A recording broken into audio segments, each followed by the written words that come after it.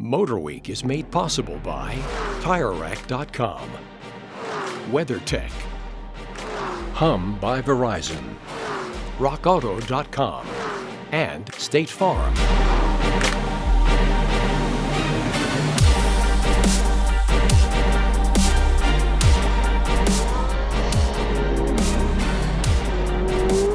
I'm behind the wheel of the Porsche 918 Spyder Supercar, or hypercar, or super duper hypercar, whatever you want to call it. This thing is really, really fast, really, really expensive, and I'm driving it around a racetrack. I am a very lucky guy, as Porsche invited me and a small group of journalists from around the world to experience the high-performance plug-in hybrid technology in the legendary 918 and the newly released Panamera Turbo S e-hybrid Sport Turismo. Now, the 918 Spyder isn't really news at this point. It's been out for a few years. In fact, we even tested it. But this is our first go at it on an actual racetrack. We're here in Portugal at the Algarve circuit.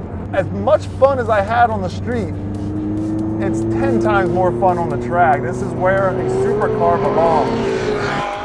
The 918 uses a 4.6 liter naturally aspirated V8, whereas the Panamera uses a 4 liter twin turbo V8. Still, the Panamera puts out 680 combined horsepower with the electric motor, and it also uses only one electric motor, whereas this 918 uses two.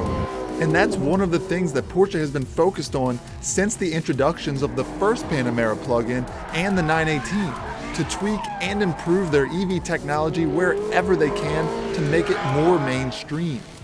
When the first 918 rolled off the assembly line, it was an $850,000 supercar that was obviously attainable by only a few. Now in 2018, we're seeing EV tech that the 918 pioneered trickle down into more of the Porsche lineup.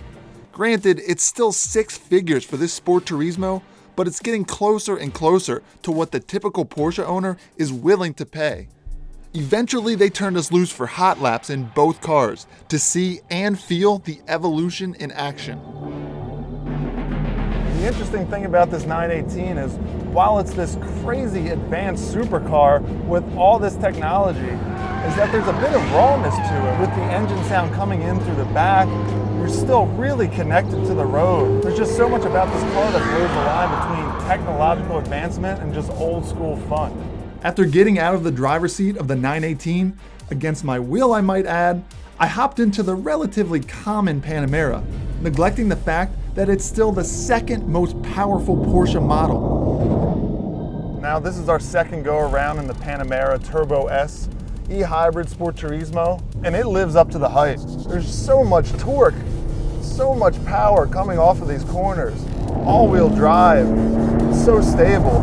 Now, the one thing the Panamera is not is lightweight. This thing is still very, very heavy. The carbon ceramic brakes do a really nice job of stopping it, but again, you still know that the weight's there. Of course, 680 horsepower and all that electric boost certainly make things a little bit better. So where does that put the Panamera? I mean, it has, honestly, supercar numbers, but it's a Panamera. Most people just daily drive it to work. Could you really drive a supercar to work? I probably could. Sadly, my chances of actually daily driving even a more obtainable supercar like the Panamera Turbo S e-hybrid Sport Turismo are still slim, considering the $188,000 price tag.